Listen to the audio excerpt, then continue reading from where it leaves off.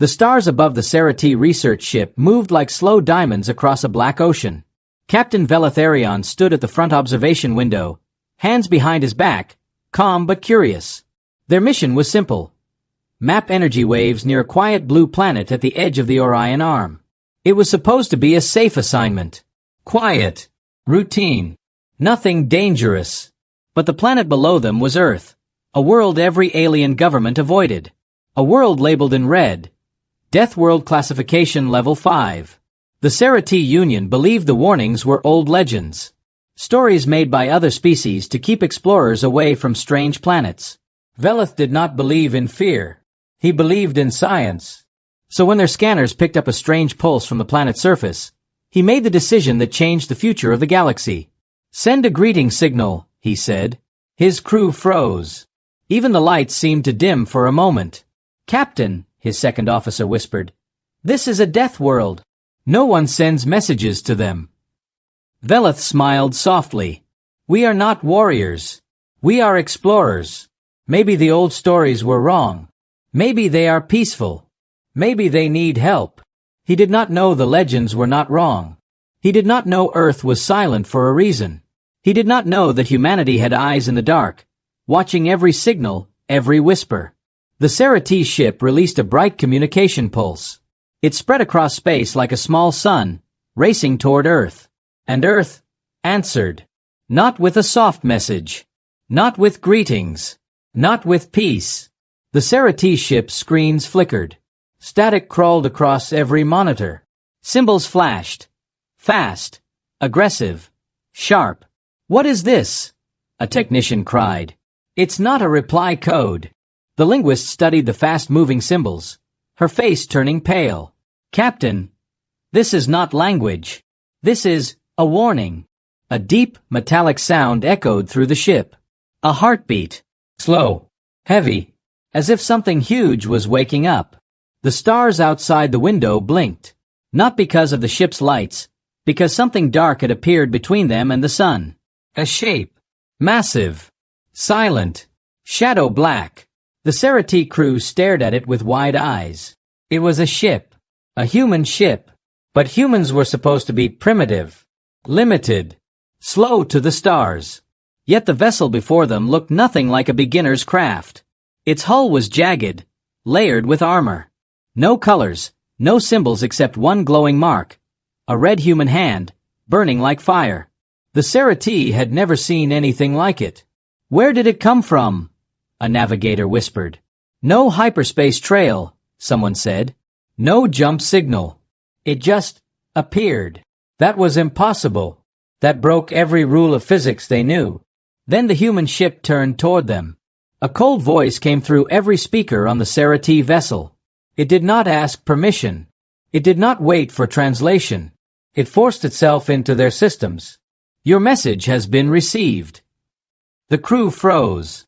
The voice sounded calm, but not friendly, not curious. It was steady like stone, sharp like metal, the voice of someone used to giving orders in war. "This planet is not open for contact," the voice continued. "Your presence has been noted.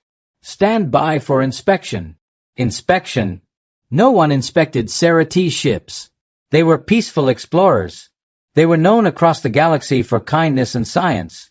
"Captain," the navigator said, trembling, "should we run?" But before Veleth could answer, the lights flickered again. The human ship opened its hangar doors. Inside was darkness. Deep, endless darkness. And something moved inside that darkness. Something shaped like armor. Something shaped like soldiers. The Cerati linguist finally broke the silence. She held up a translation of the first line of Earth's message. Her voice shook. "Captain, humanity says, you reached out to a death world. Now the death world reaches back." A cold wave spread through the entire bridge. Veleth tried to stay calm. "Open a channel. Tell them we come in peace." But the human voice cut him off. "No. You made first contact without permission. You sent an unfiltered probe toward our oceans. You scanned restricted zones. Your actions are hostile." "That was not our intention," Veleth shouted. "Intent is irrelevant," the human voice replied. A low hum started outside the ship. The Cerati watched as small, black drones drifted from the human hangar. They were silent. No engines, no signals, no heat. They moved like shadows across space. One of the drones stopped directly in front of the Cerati window. It turned slowly, as if looking straight at them. The moment stretched like a knife in the dark. "Captain," his second officer whispered, "what have we done?" Veleth finally understood the truth behind the legends. Deathworlds were not just violent planets. They were home to species born in danger. Species shaped by storms, hunger, predators, and war. Species that learned to survive anything. And Earth was not primitive. Earth had been preparing. Earth had been watching. The human voice returned, colder than before. "Prepare yourselves. We are coming aboard." The lights went out, and the galaxy's worst mistake officially began. Darkness swallowed the Cerati vessel after the human voice faded. Every screen went black. Every light dropped to a cold, dead glow. Only the faint red emergency stripes on the floor remained. Captain Velatharion stood perfectly still. Outside their window, the human warship waited like a giant predator watching its prey. The Cerati crew whispered to each other, but no one raised their voice. They felt something powerful, something they had never experienced before. Fear of a species they thought was weak. Then the ship shuddered. "Movement!" the navigator cried. "Their drones are attaching to our hull." A loud clang echoed through the metal walls, from the left side, then the right, then above the ceiling. Each metallic impact felt like a hammer striking bone. "Are they cutting into us?" a young technician whispered. "No," the engineer said, his voice cracking. "Worse. They're taking control." The lights flickered again. This time, strange symbols flashed across the main screen. Sharp, fast shapes, nothing like Cerati script. "What is this?" Veleth asked. The linguist stared at the symbols, her hands shaking. "This is not a message. This is a command. They're rewriting our systems." "How?" the captain demanded. "Our ship has Union-grade encryption." She turned to him slowly. "Captain, they broke it in under 10 seconds. The room fell silent. Then the main screen blinked back to life. A new image filled the bridge, a dark corridor inside the human ship. No movement, no sound, but the walls were covered in armored plating, and dim red lights pulsed like a heartbeat. A warning appeared under the image. "Hold position. Boarding in progress." "No," the navigator whispered. "No, no, no. They're coming here." The Cerati raced between consoles, trying to lock doors, reroute power, anything to stop the incoming humans. But every system they touched changed to red error symbols. The humans controlled everything now. "Captain," said the engineer, "they've disabled our engines. We can't move." "What about shields?" Veleth asked. "Gone." "Weapons?" "Our weapons turned themselves off." Veleth took a deep breath. "Then they want us alive." A heavy thump echoed through the ship, this time from the central hallway. Then another. Calm, steady, unstoppable footsteps. "They're inside," the second officer said, voice barely above a whisper. The Cerati crew turned toward the main entryway. For a moment, nothing happened. The hallway lights continued flickering. The ship's hum returned in short, uneven bursts. Then the door opened. Not with force. Not with explosions. Not with violence. It opened slowly, quietly, as if the humans wanted them to hear every second. A tall figure stepped through the shadows, armored from head to toe. Jet black plating with sharp angles and glowing red lines tracing across the chest and arms. No face. No skin. Only a helmet shaped like a blank mask. Behind the first soldier, two more entered. They moved in perfect silence. Perfect formation. Not a single wasted motion. The Cerati froze. Not because of the armor, but because they could feel the humans staring at them from behind those black helmets. Captain Veleth forced himself forward. "We are peaceful explorers," he said. "We did not come to harm your world." The lead human tilted his head slightly, as if analyzing every detail of Veletha's body language. Then the voice returned. Not from the soldier. Not from any speaker on the Sarah T ship. It came from every direction at once. You violated restricted space. We did not know, Velith began. You sent scans toward Earth's oceans, the voice continued. You probed protected sites. You opened a direct signal without permission. We mean no hostility, Velith insisted. The human soldier took one slow step forward. The armored boots echoed like thunder in the silent room. Another voice, calmer but colder, spoke next. You may mean no harm, but your mistake alerted others. Predators, empires, raiders. They will come. The crew looked at each other, terrified. Come, Velith asked. For what? For Earth, the voice replied. Your message was loud, too loud, and now our enemies will trace it. A sick realization spread through the Sarah T bridge. They might have doomed an entire planet. The lead soldier raised one hand. A small device projected a map of the Sol system. Red dots flashed near the outer edge. Incoming vessels detected, the human voice said. Unknown fleets entering the region. The Sarah T stared in horror. This was their fault. Velith stepped closer. What do you want from us? The soldier lowered his hand. For a moment, the room felt colder. We want you to understand, the voice said. Earth does not fear war, but we do not seek it. Then what will you do? Velith asked. A new symbol flashed across the map. A human fleet rising from Earth's surface. Warships emerging from the oceans. Stations awakening around the moon. Black ships launching from deep orbit. The human voice delivered the final words with chilling calm. We will defend our world. And you will watch. Then the soldier pointed toward the window. Look. The Sarah T turned just in time to see the stars warping. Hundreds of enemy ships dropping into the system, ready to attack humanity. And the real battle was about to begin. The Sarah T ship floated helplessly as the first enemy fleets appeared around the edge of the Sol system. Their glowing engines painted long trails across the dark, and every new arrival felt like a fresh blade aimed at Earth. Captain Velatharion watched in silent horror. His mistake had brought them here. The human soldiers stood unmoving in the Sarah T bridge, black armor gleaming under the red warning lights. They did not panic. They did not rush. They stood like statues carved from war itself. Then a new figure walked into the room. This one was different. Taller. Heavier armor. A long red mark across the chest plate like a scar.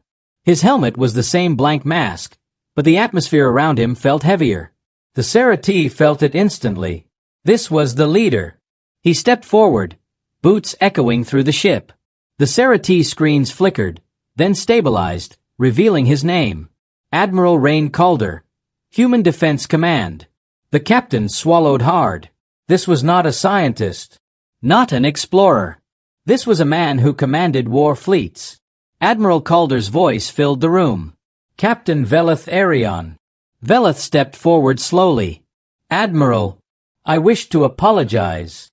No, Calder said calmly. You will listen. The Sarah T crew fell silent.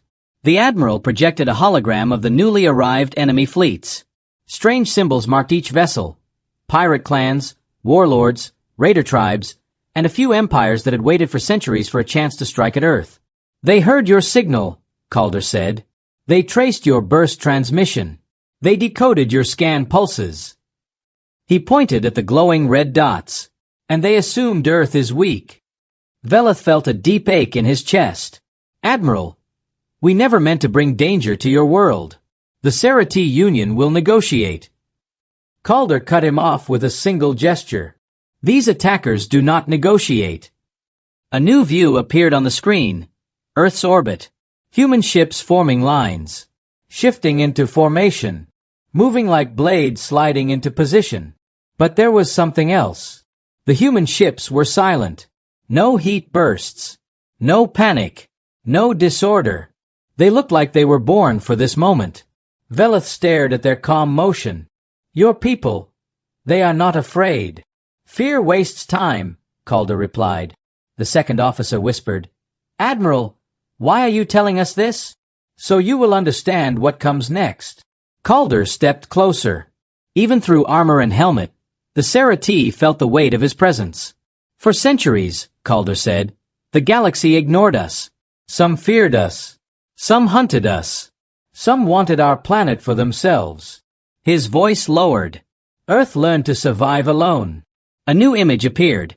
Ancient battles in deep space, wrecked alien ships hidden in Earth's deserts and oceans, failed invasions eliminated before they became public knowledge. The Serati crew gasped. Veleth whispered, You have fought before? Many times, Calder replied. But every time, Earth stood alone. We kept our defenses hidden. We kept our secrets quiet. We allowed the galaxy to think we were primitive. The Admiral's tone sharpened. You broke that silence. Veleth lowered his head. I accept responsibility. Punish me if you must. But please, do not blame my people. Calder studied him. Punishment is unnecessary. That surprised everyone. You made a mistake, Calder said. A deadly one. But your people are not our enemy. Veleth felt hope flicker in his chest. Until Calder spoke again.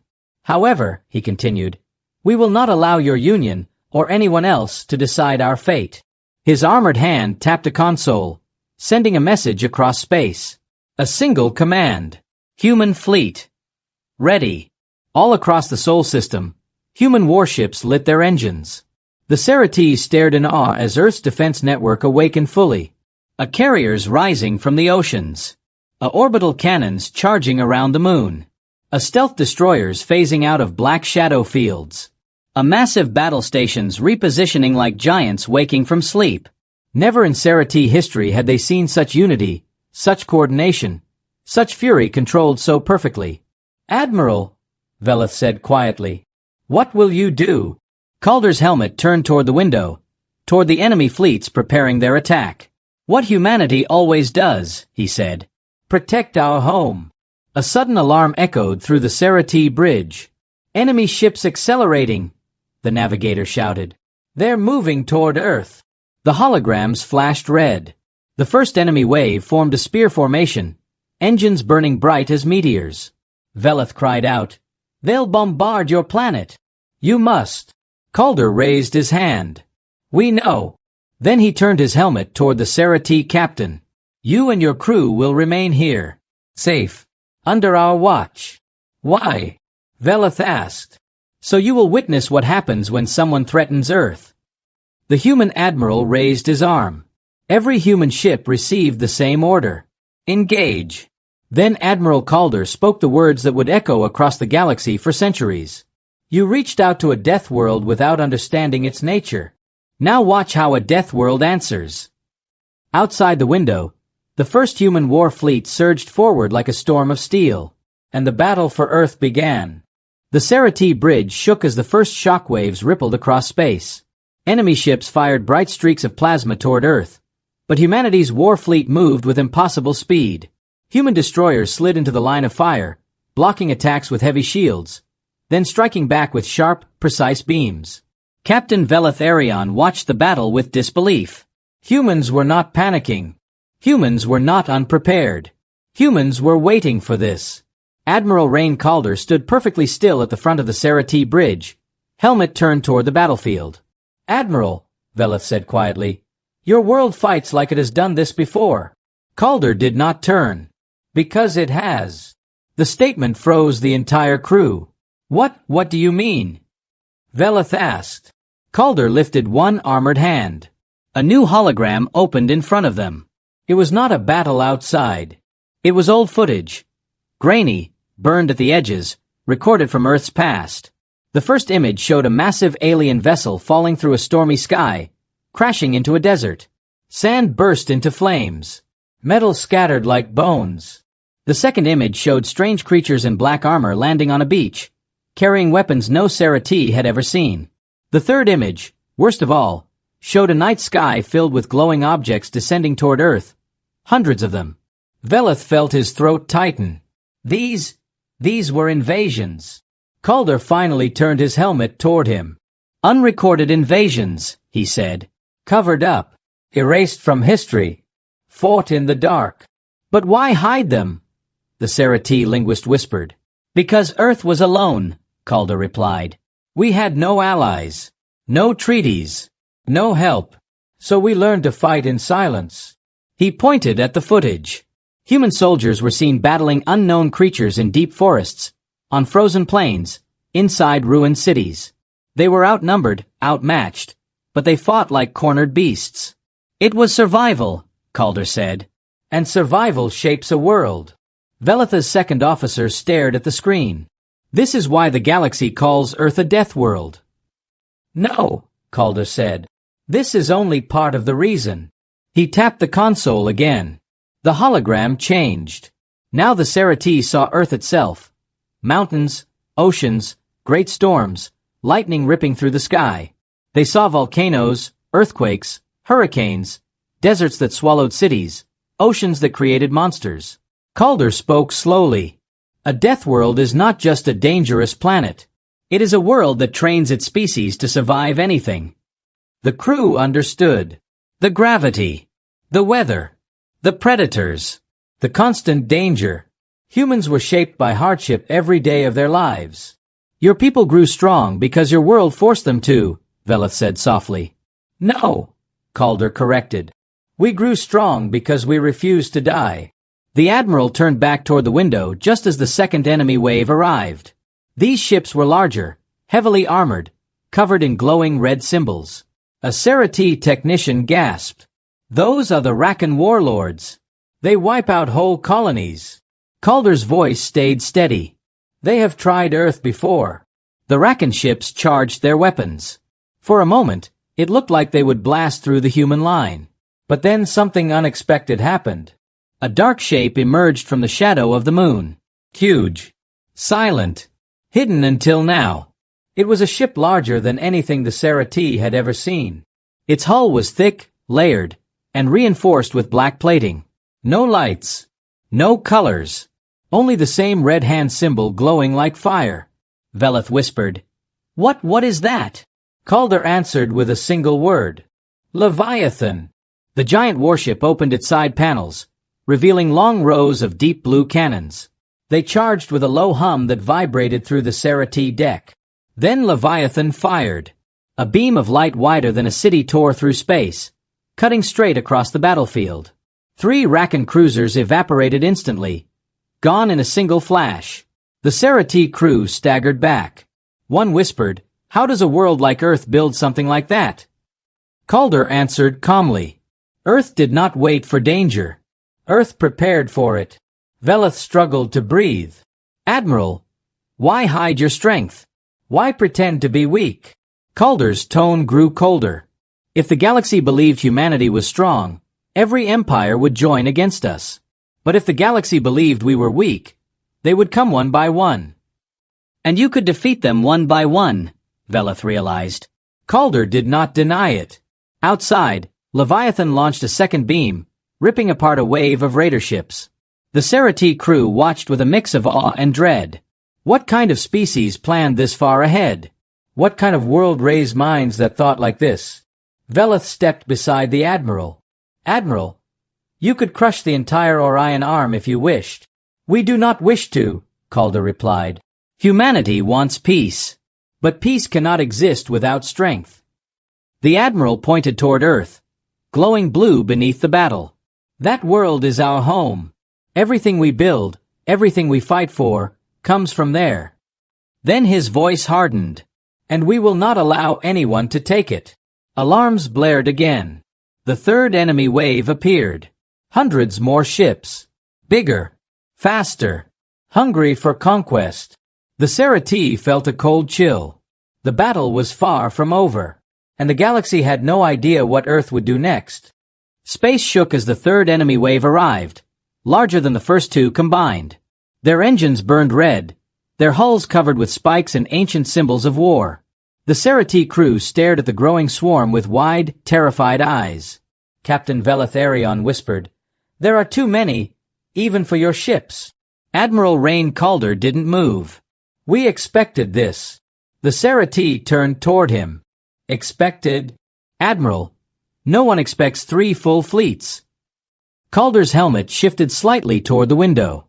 Earth did. The enemy ships began spreading into 3 attack formations. One toward the moon, one toward Earth, and one directly toward the human war fleet. The Serati linguists studied their movement. They want to hit every defense point at the same time. They will fail, Calder said calmly. The Serati could not understand this level of confidence. Not with thousands of hostile ships forming a wall of burning light across the system. Then the enemy fleet opened fire. The sky exploded.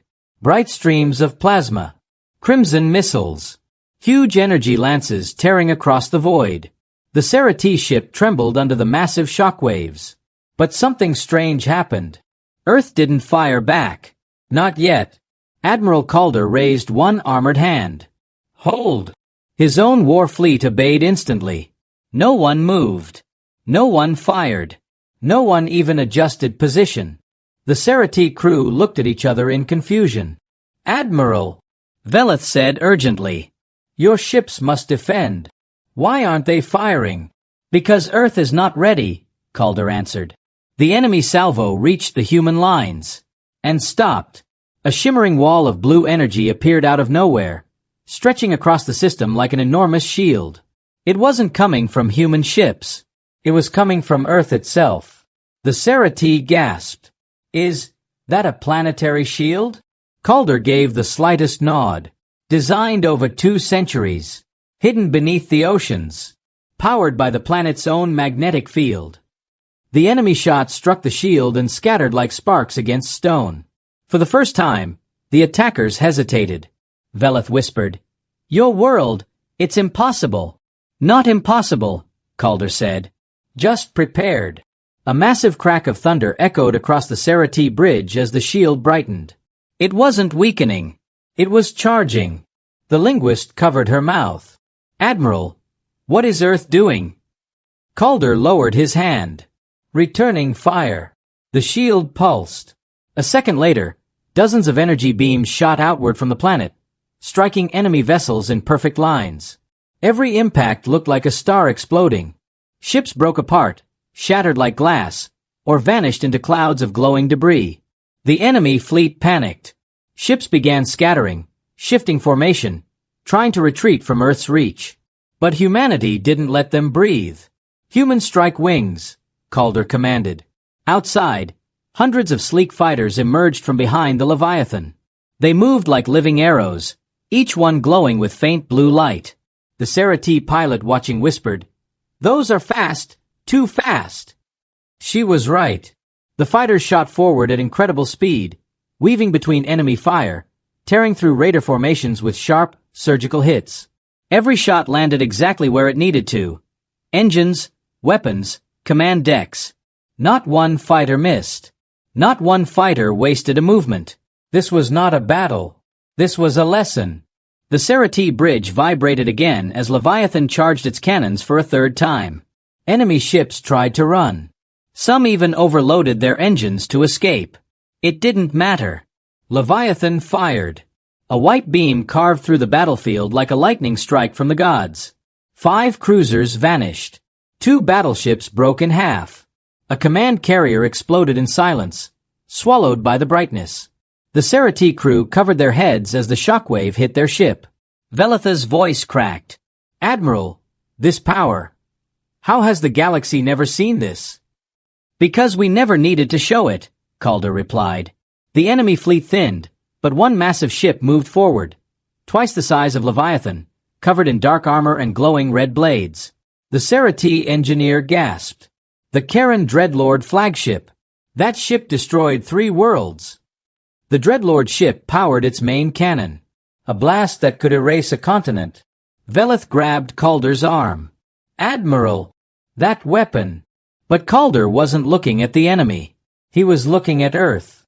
A small object rose from the surface, climbing through the atmosphere with a long, glowing arc. It wasn't big. It wasn't loud. It didn't even look dangerous. What is that? The linguist asked. Calder's reply was quiet, almost respectful. Project Soul Spear. The small object reached space. Its hull opened. A thin beam of golden light formed at its core. The Dreadlord ship fired its massive cannon. The golden beam fired at the same time. The two attacks met in the middle. For one breathless moment, the galaxy stood still. Then the Dreadlord's attack collapsed, folding in on itself, then exploding outward, ripping the Dreadlord's ship apart in a silent burst of gold. The Serati stared in disbelief. That was a planet-borne weapon, the navigator said. No, Calder replied. That was humanity showing restraint. Veleth felt his legs weaken. If this was restraint, what was fury? The admiral turned to the Serati captain. This battle is almost over. But the real war is about to begin. The crew felt a cold wave wash over them. What war? Veleth asked. Calder's voice lowered. The war your message awakened. Humanity had prepared for war, but no one expected the real battle to begin on Earth itself. The morning sky above the Pacific Ocean darkened as thousands of alien landing craft entered the atmosphere. To people on the ground, they looked like falling stars, until one broke apart and smashed into the water with a sound like thunder. General Rowan stood on the command deck of Fort Horizon, watching sensor screens fill with red markers. Enemy forces have begun planetfall, the officer beside him said quietly. Rowan did not flinch. Let them come. This is our home. Across the world, humanity's hidden defenses activated. Mysterious systems built years in secret after the first alien scouts were detected. Now they came to life, ready to fight. But none of this mattered to Commander Varric, leader of the alien strike fleet. He believed Earth was a weak world. A simple place. A planet to be taken fast. He didn't understand humanity. Not yet. Commander Varric's soldiers stepped onto the rocky coast of California, armored in black exosuits. They scanned the area. Life signs everywhere, one soldier reported. But no resistance. Varric's voice came through their helmets. Move forward. Humans are cowards. They hide first, then beg later. We will break them. The soldiers marched inland. They did not know they were being watched. A group of human scouts, hiding behind broken cliffs, observed the enemy quietly. Captain Mara led the team. She whispered into her mic. Targets confirmed. 10 heavy walkers. 30 ground troops. Same pattern as simulations. Another voice replied in her earpiece. Copy. Wait for signal. Mara glanced at the invaders. They looked powerful. Towering armor, glowing weapons, mechanical giants walking behind them. But Mara had seen worse. She had fought in 3 secret off-world missions before the public ever learned humans were not alone. She watched, steady and calm. Then her wristband vibrated once. The signal. She raised her hand. Fire. The rocky ground around the alien formation suddenly exploded as hidden rail cannons activated, sending super-fast metal rounds tearing through the walkers. 2 machines fell instantly, their armor shredded. Alien soldiers spun around in shock. What? Impossible. They detected us. Mara's voice cut through her team's radios. Shift positions. Don't stay in one place. Her squad moved like shadows, using cliffs and smoke for cover. Their weapons were compact, human-made rail rifles designed to punch through alien armor. The aliens fired back, their shots shaking the ground. A giant walker turned its glowing cannon toward the cliffs. Mara saw its charge building. Scatter, she shouted. The beam fired. The cliff exploded. Dust and stones flew everywhere. Mara dove behind a boulder as the heat flashed past her face. She coughed, wiped dust from her eyes, and raised her rifle again. We hold the line, she whispered. No one steps deeper into this land. The aliens were stronger, faster, and heavily armored. But they were not prepared for human tactics. Humans did not fight like the Empire expected. No retreat, no surrender. Another walker stepped forward, aiming at Mara's squad. Before it could fire, the ground shook. A deep metallic sound echoed from the valley. The aliens froze. What was that? A massive shape moved through the rising dust. At first, it looked like a mountain shifting. Then it stepped forward, slow, heavy, unstoppable. A Titan mech, one of Earth's hidden weapons. 40 meters tall, made of reinforced alloys. Eyes glowing with blue fire. This was humanity's answer. Mara smiled slightly. About time. The Titan raised its arm. A bright beam shot out, slicing the nearest walker in half. The explosion lit up the sky. The alien soldiers panicked for the first time since landing. Commander Varric shouted through their comms. "Hold position. It is only one machine." But the soldiers knew the truth. If Earth had won, it had more. Far above, Varric watched the chaos through his ship screen. He slammed a clawed fist on the console. They were not supposed to resist like this. They were not supposed to have technology of this level. His second officer spoke carefully. "My lord, humans developed these weapons without our detection. That means..." "It means," Varric growled, "this world has been preparing for us." He paused. Then he whispered, "This is a death world indeed." For the first time, Varric felt something he had not felt in decades. Doubt. All across Earth, similar battles unfolded. In Europe, drones swarmed alien landers, exploding in blinding flashes. In Asia, hidden artillery fired from underground bunkers. In Africa, resistance teams used desert storms and heat signatures to confuse alien scanners. In South America, jungle units captured alien squads alive for intel. Humanity was not falling. Humanity was rising. Rowan received reports from every continent. He listened quietly, then said, "Tell the world, this is only the beginning. We fight for every inch."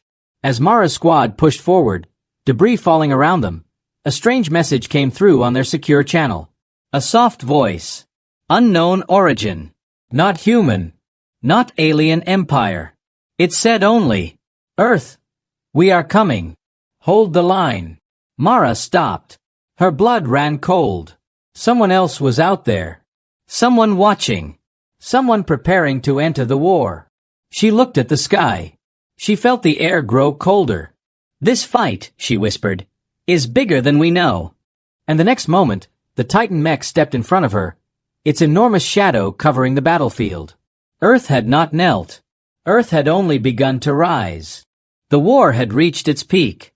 Alien forces were spread across Earth, fighting in burning cities, empty plains, dark forests, broken coastlines. Their commanders believed they could still win, that numbers and power would crush humanity's spirit. But Commander Varric felt something else. A pressure. A presence. Something watching from the dark between stars. And then he heard the message again. "Earth, we are coming. Hold the line." Those words haunted him. Who were they? Why were they helping humans? And why did they sound ancient? High in orbit, dozens of alien warships held position, ready to fire on every major city. Their cannons glowed bright, building deadly charge. Varric's second officer approached him. "All ships in final attack formation," he said. "Once we fire, Earth will fall."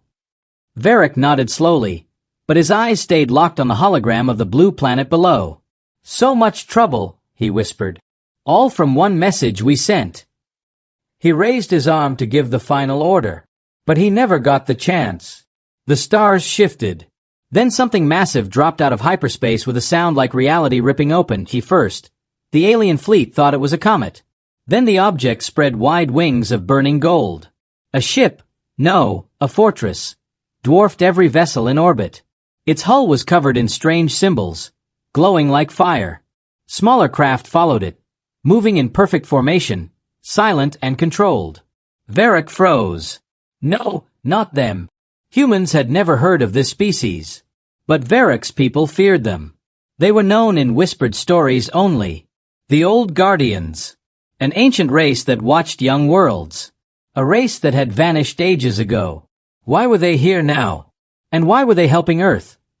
A deep, calm voice echoed across every channel, human and alien. "Invaders! You touched a world that was not yours. You woke a force that should never be challenged. Leave now, or be erased." Varric's officers panicked. "Sir, they're locking onto us. They're reading our systems. We cannot jam them." Varric felt his fists shake. "We do not flee. We are the Empire. Fire all weapons." The fleet obeyed. Thousands of beams shot toward the Guardian flagship. None of them reached. A golden shield appeared, absorbing every hit like rain touching stone. Then the voice spoke again. You were warned. On the ground, Mara and her squad watched the sky brighten as streaks of light raced across the clouds. What is that? Her teammate whispered. Rowan's voice came over the worldwide broadcast. All forces hold position. Unknown friendly fleet has engaged the enemy in orbit. Mara stared upward. She didn't understand who the Guardians were, or why they cared about Earth, but she knew one thing. The tide had turned. Suddenly, Earth's own hidden war platforms rose into the sky. Massive, heavily armed satellites that had remained silent until now. Rowan gave the order. Fire everything we have. Laser lances. Rail cannon bursts. Kinetic rods dropping from orbit. The alien fleet, caught between Earth's wrath and the Guardian's judgment, began to crumble. Ships exploded like falling stars. Varric watched everything burn. The Guardian flagship fired a single golden beam. It struck the heart of Varric's command ship. Alarms screamed. Panels blew apart. The ship shook like it was being torn in half. Varric fell to one knee. How can humans have allies like this? He gasped. His second officer whispered, terrified. My lord, perhaps humans were never weak. Varric grabbed his console, pulling himself up. This war is not finished, he snarled. We will regroup. We will. The console sparked violently. Commander, his navigator cried, Earth has sent boarding craft toward us. What? Humans dare to board our flagship. The doors at the bridge entrance blew inward, metal flying across the room. Smoke filled the air. Footsteps echoed. A human figure stepped through. Oh, confident. Captain Mara. Behind her, armored soldiers fanned out, weapons raised. Varric stared in disbelief. You, he hissed. A ground soldier? Mara pointed her rifle at him. No, a defender of this world. Varric looked at her with hate. You humans. You fight like demons. You should not exist. You should not. Kneel. Mara finished. We don't do that here. She fired once. Varric fell. The Empire's greatest commander defeated on the bridge of his own ship. Silence filled the room. Then the Guardian voice returned. Humanity, you have proven your strength. This world, your world, is now protected. Mara lowered her weapon. A golden light passed through the ship, healing metal, calming fire, shutting down alien weapons without harm. The old Guardians had made their decision. Earth was now a recognized death world, and any who attacked it would face consequences beyond imagination. When the last alien ship fled, the sky cleared. People across Earth looked upward, their hearts full of something they had not felt since the war began. Oh! General Rowan addressed the world. The invaders came thinking Earth was weak.